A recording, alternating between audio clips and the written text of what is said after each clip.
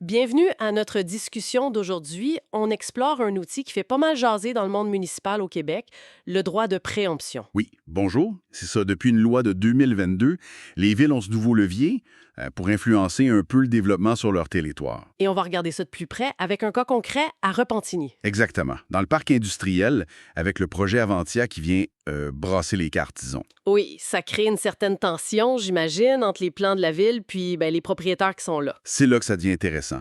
Vision municipale versus droit des proprios. OK. Alors, ce fameux droit de préemption, juste pour être sûr qu'on part sur la même base, c'est quoi exactement? La ville voit passer une offre d'achat acceptée sur un terrain qui l'intéresse? Puis là, elle peut dire « Hold on, c'est moi qui achète C'est pas mal ça. ». En plein ça.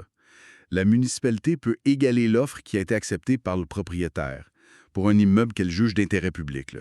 Ah, OK. Fait que c'est pas une expropriation comme telle. Non, pas formellement. C'est encadré par la loi sur l'aménagement et l'urbanisme. Le but, c'est double. Ah oui? D'abord, mettre la main sur des terrains pour des projets municipaux, des logements, des parcs, des infrastructures. Logique. Puis ensuite, essayer de calmer le jeu de la spéculation en payant un prix qui est basé sur une vraie transaction. Intéressant, pour éviter que les prix s'envolent trop vite. Mais ça ne s'applique pas à toutes les ventes, j'imagine. Non, exact. Il y a des exceptions. Si tu vends à un autre organisme public ou genre à une compagnie sœur, une personne liée, comme on dit. Là, la ville peut pas préempter. Non, mais attention, le proprio doit quand même aviser la ville. Ah bon? Pourquoi? Parce que l'avis de préemption de la ville, lui, il reste valide sur le terrain, pour la prochaine fois, mettons. D'accord, je vois. Et à Repentigny, pour les terrains près d'Avantia, comment ça se passe concrètement? Mais là, la ville a déjà fait ses devoirs. Elle a ciblé des immeubles, envoyé des avis aux propriétaires. OK. Fait que si un de ces proprios-là accepte une offre d'un acheteur, Il doit tout de suite avertir la ville. Le prix, les conditions, toute l'information pertinente. et là, le compte à rebours commence. Oui, 60 jours. La ville a 2 mois pour se décider. 60 jours. C'est pas énorme. Et elle peut faire quoi? 3 choses, essentiellement. Option 1, elle préempte. Elle achète aux conditions de l'offre, puis elle doit même rembourser les frais raisonnables de l'acheteur qui se fait tasser, genre l'inspection qu'il a payée. Ah, OK, c'est juste.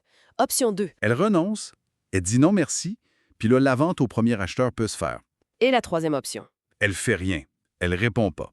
Après 60 jours, son droit s'éteint pour cette transaction-là, puis c'est tout. Bon, la procédure est claire, mais la stratégie de Repentigny, c'est là que ça devient particulier dans le contexte d'Avantia.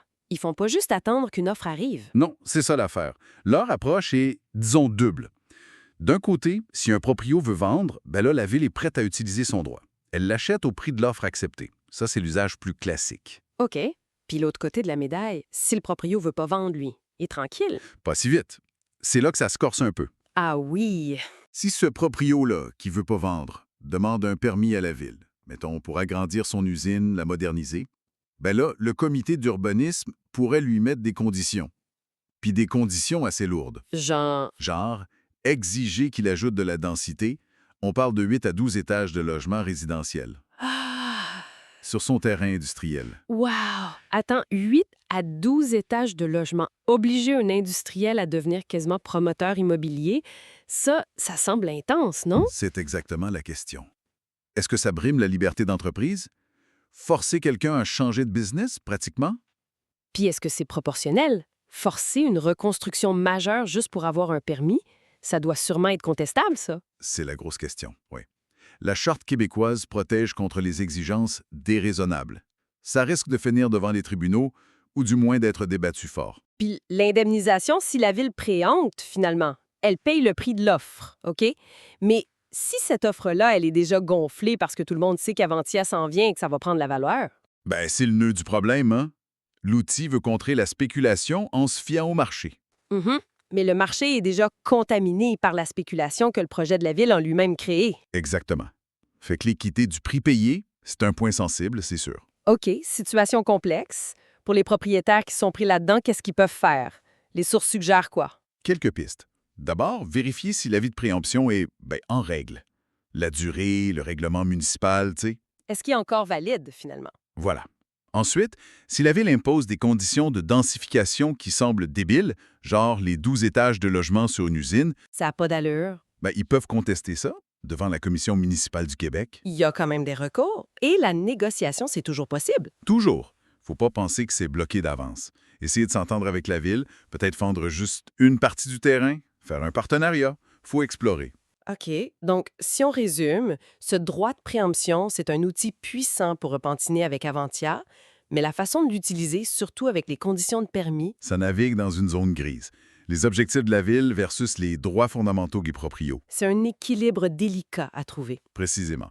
Le conseil pour les proprios touchés, c'est vraiment informez-vous, parlez à des avocats spécialisés.